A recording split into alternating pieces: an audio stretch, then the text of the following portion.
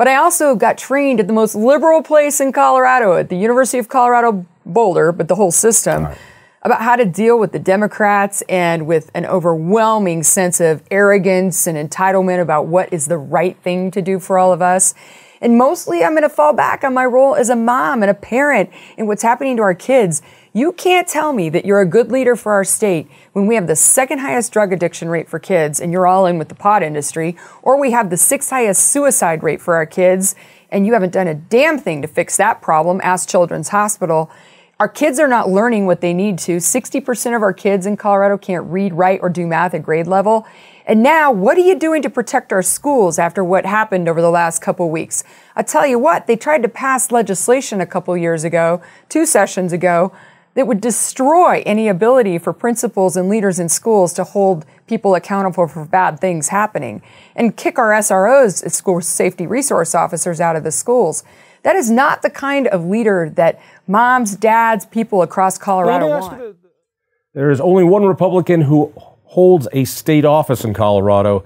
It's this lady. You're a CU regent. And by the way, you're the sacrificial lamb to go up against Jared Polis as governor. I see it very differently, Jon. I'm going to challenge you on this, Heidi Ganahl. Thanks for being here, as always. Thanks for having me. I am going to, by the end of this conversation, convince you to get out of the race.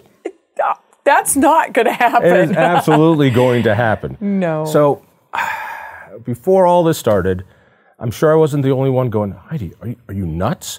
Why don't you run for Secretary of State, Treasurer, something like that, where you blow them out of the water? Why would you go up against a guy who can write another check for $30 million without having to ask anybody for any money, who, by the way, is quick on his feet and seems to be very, very popular with the people he's making lives very expensive for? Why didn't you run for one of those seats that you would have been a shoo-in, in my opinion? You know, Jon, I've spent my whole life answering that question about why do you go big? Why do you not take an easier path? Whether it was building Camp Bow Wow as a franchise company instead of just building 2 or 3 units. We have several hundred now. Or whether it was, you can't go to college because you don't have any money and you don't have any resources and you're not a 4.0 student. Well, fine, tell me I can't do something and I usually will try and do it. So I'm a fighter. I've always been that way. I always go big. I want to do big things.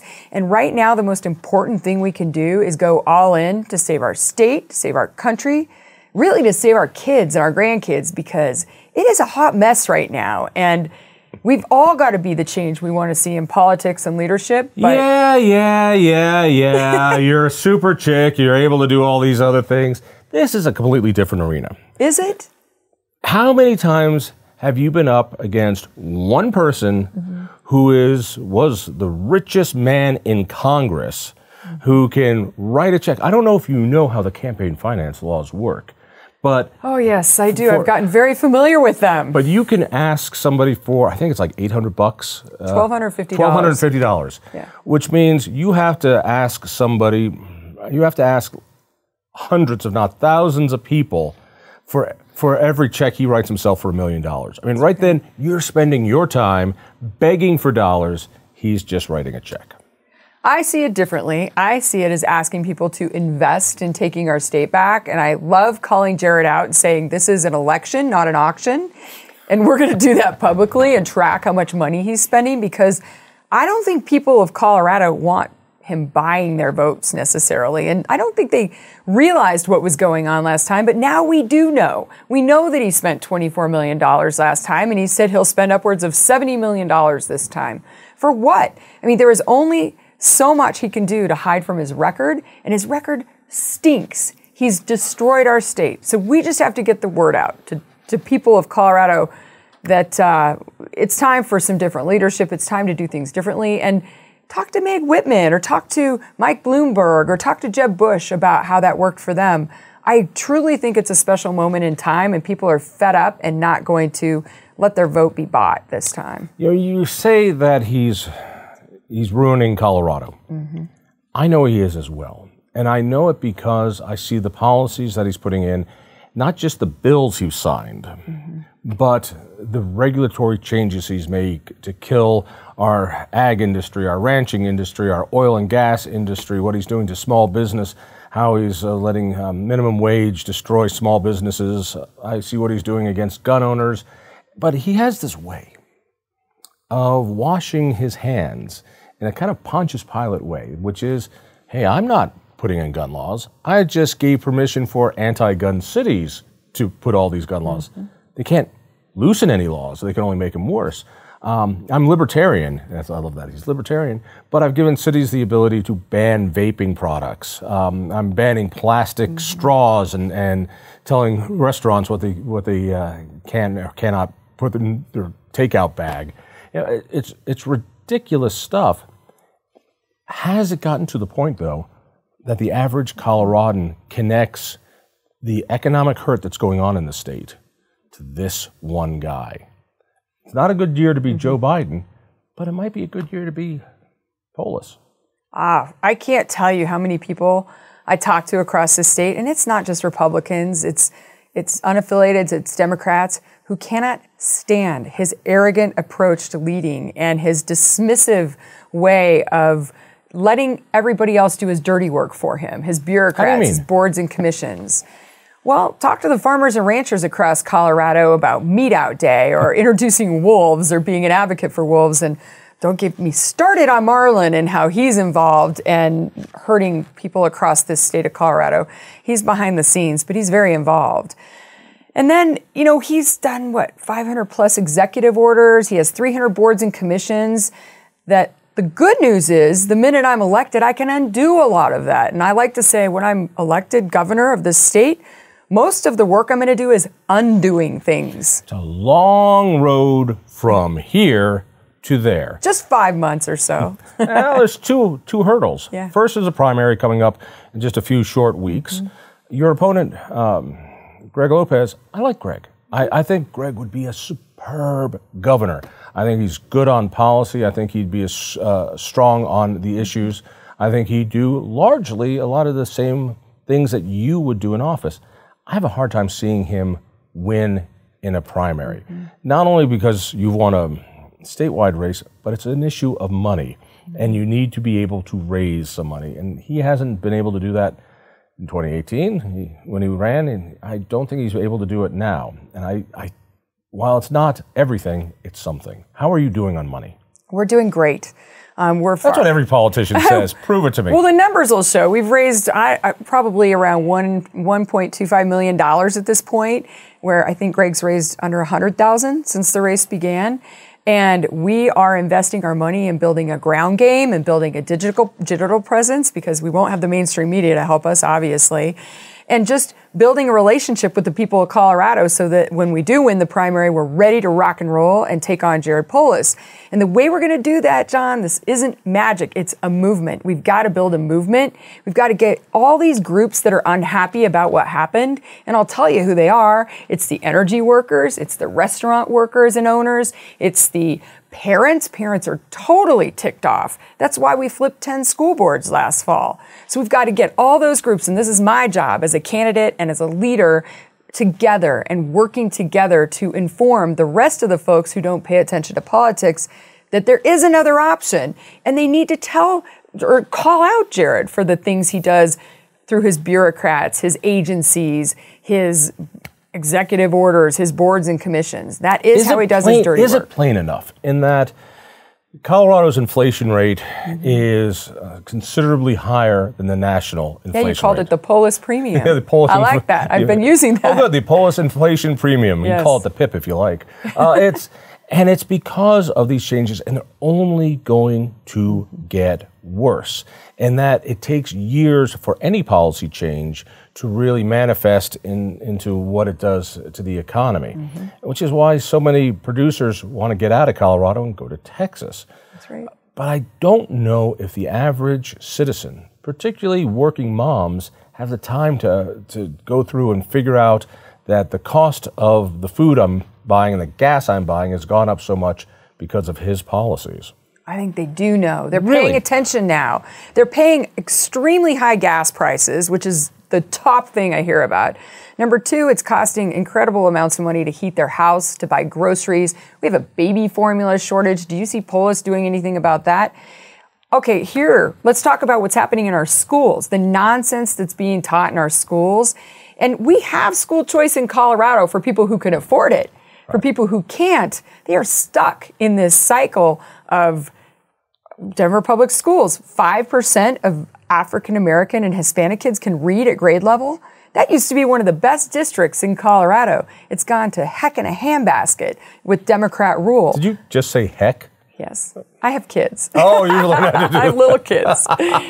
You know, John, I just think it's our job as Republicans and those in politics right now to figure out ways to connect those dots. And I'm a mom, first and foremost. I have 4 kids. I have twins that are 10, a 12-year-old, 26-year-old. You're a dad. We need to talk to them as parents and say, here's what's going on. Your kids aren't going to have a future here in Colorado. They're going to have to move away, or they're not going to be able to get a good job. Demographic changes in Colorado are substantial. Yeah. You look at the inflow, and they come largely from California, New York, and Illinois. They're refugees, but they come here and go, oh, there's still plenty of room. The outgoing migration is to Wyoming, Texas, Florida. So they're going to places where they're free to live their lives. Everybody calls it their plan B. It's like palpable right now. Everybody has a plan B. Right. It breaks my heart as somebody who grew up here. It just breaks my heart to see Colorado going from a state that protected your right to take risk, to have relationships, to be free, to one where you're going to be micromanaged at every level of your life, right down to the plastic bag you asked for at the grocery store.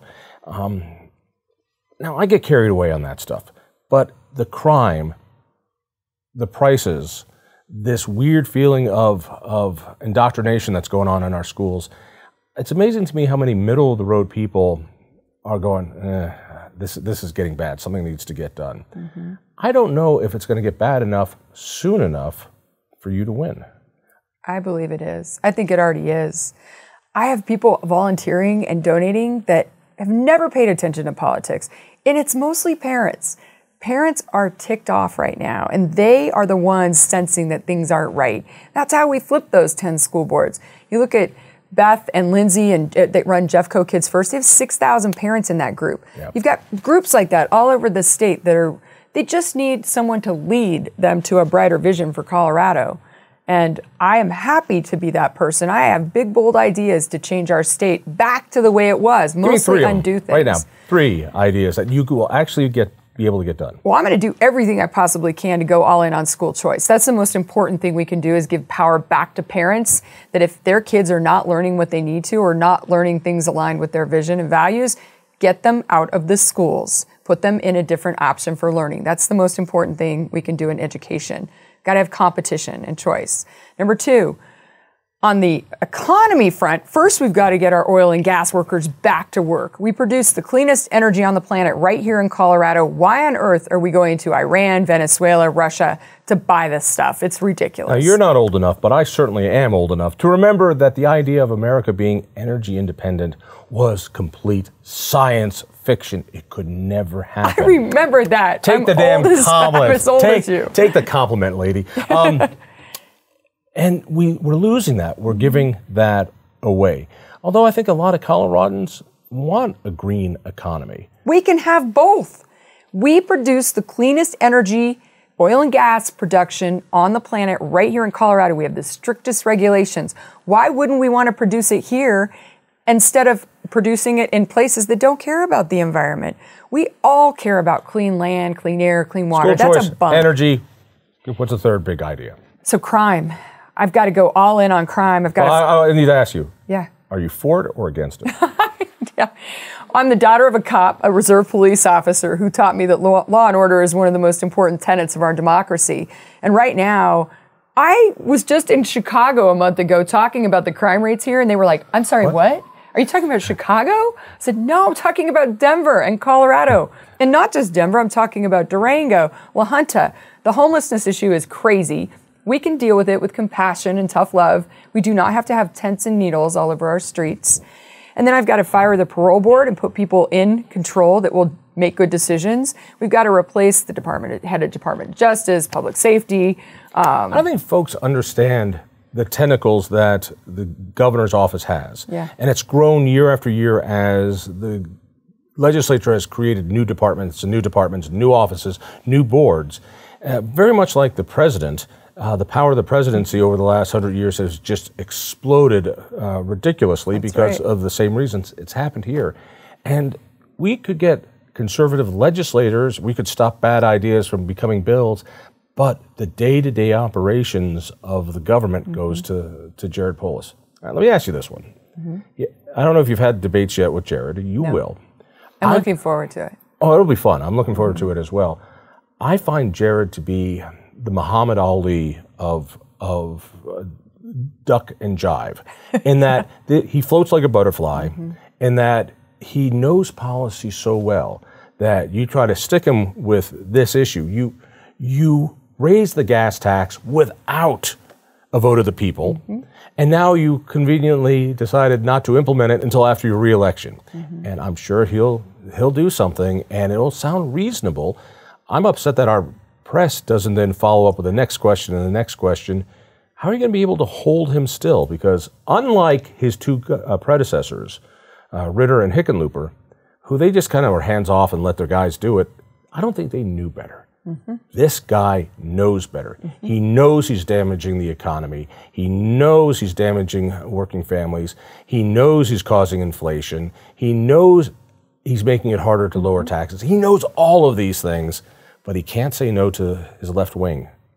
But boy, in front of any crowd, probably even better than Bill Clinton, he sounds like he's one of you whenever he's in front of any group.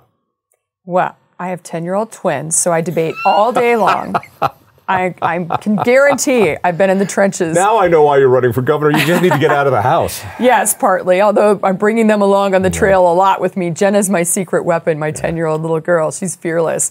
But I also got trained at the most liberal place in Colorado, at the University of Colorado Boulder, but the whole system, about how to deal with the Democrats and with an overwhelming sense of arrogance and entitlement about what is the right thing to do for all of us. And mostly I'm going to fall back on my role as a mom and a parent and what's happening to our kids. You can't tell me that you're a good leader for our state when we have the second highest drug addiction rate for kids and you're all in with the pot industry, or we have the sixth highest suicide rate for our kids and you haven't done a damn thing to fix that problem. Ask Children's Hospital. Our kids are not learning what they need to. 60% of our kids in Colorado can't read, write, or do math at grade level. And now, what are you doing to protect our schools after what happened over the last couple weeks? I'll tell you what, they tried to pass legislation a couple years ago, 2 sessions ago, that would destroy any ability for principals and leaders in schools to hold people accountable for bad things happening and kick our SROs, school safety resource officers, out of the schools. That is not the kind of leader that moms, dads, people across Colorado want. Let me ask you a tricky one. Yeah. As you know, the Independence Institute, we work on a program called FASTER. We try to train armed school safety officers and staff, and it's a very controversial idea. But I see in my own school district, Boulder Valley, they've gotten rid of the cops in schools. I've known teachers who are concealed carry holders, who are ex-military. They would be happy to do this and volunteer to be trained. I want to make it really clear, trained to a very high standard, because I just don't know how you stop a shooter. This shooter in Texas was going at it for 40 minutes before anything happened. And sooner or later, we can talk guns, we can talk mental illness, we can talk video games and culture, but sooner or later, if our money in a bank is worth having an armed guard to keep a look at, why aren't our kids? Why is it that when you go to a school board meeting, there's a cop there with a gun to protect the school board, but not in the classroom? Well, that says it all, doesn't it? Or when you go to the Capitol building and you have to walk through a metal detector and there's cops everywhere. I mean, we're willing to protect ourselves as legislators, not me, but the people down there. And Polis drives around in a black Suburban that probably has bulletproof glass, and he has cops all over the place. Why the double standard? These are our most precious little resources, our children. We need to do whatever it takes to protect them in a place where it should be a sanctuary, where nothing bad can happen to them. That is not happening right now, and we need to get over our political battles and just do what we have to do to keep our kids safe, no matter what. The abortion debate is going to be tossed around a lot this fall. I think it's going to be the look, we can't have Republicans win. In Colorado, if Roe versus Wade is overturned, it changes nothing. But voting for you, people will think, well, that's the first step. Is it? Oh my gosh, Jon. I mean, I think the bill that they passed in this last session is disgusting. Abortion until birth, that is not what the people of Colorado that I know want. I think we can do so much better than that. But it is a legislative issue. Be precise. Would you outlaw abortion from moment of conception? I've got to get a bill on my desk, right? Like, I don't decide that. The legislature does. But I'm pro-life with exceptions for rape, incest, and health of the mother. And I think this is such a sensitive issue for moms, for women, for dads too, that we've got to have a discussion around it in Colorado. And the last couple times they've brought ballot initiatives, people didn't understand the language. It was confusing, which probably on purpose.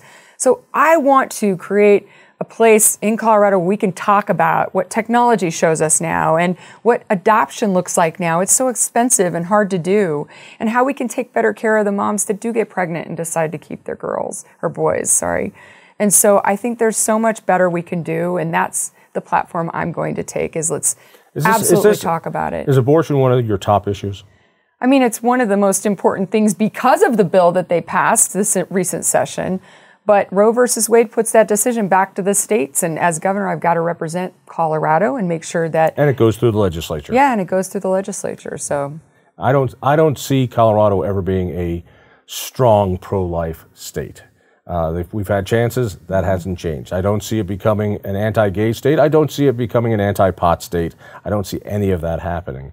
Yeah, we have to deal with the cards we're played and laid out. And especially on pot, I mean, there's a direct correlation to what's happening with kids' mental health and 2012 when pot was legalized. And I don't think we're going to put the genie back in the bottle, but by God, if you sell drugs, any drugs to a kid, you should go to jail. You should go to jail and stay there for a long time. We've got to draw a line in the sand, and we've got to be able to speak about it without being declared for or against. I'm for kids, and I'm for kids' mental health and getting them back on track in Colorado because it's a mess right now. The swing vote is this big. Mm-hmm. There will be people who just won't vote for you. They will vote here. There will be people who vote there for Republicans, and you've got them. And there's this little tiny part in the middle. 7% now, of the unaffiliated. I've got to be careful how I word this. I worry that I like Ron Hanks, I like Tina Peters, I like Lopez. These are good people, and I'm glad they're out there doing what they're doing. If they win these primaries, I think it hurts down ballot. If Ron wins the Senate nomination, I think it hurts the next ballot, which would be yours. Mm-hmm. Do you weigh in on any of that?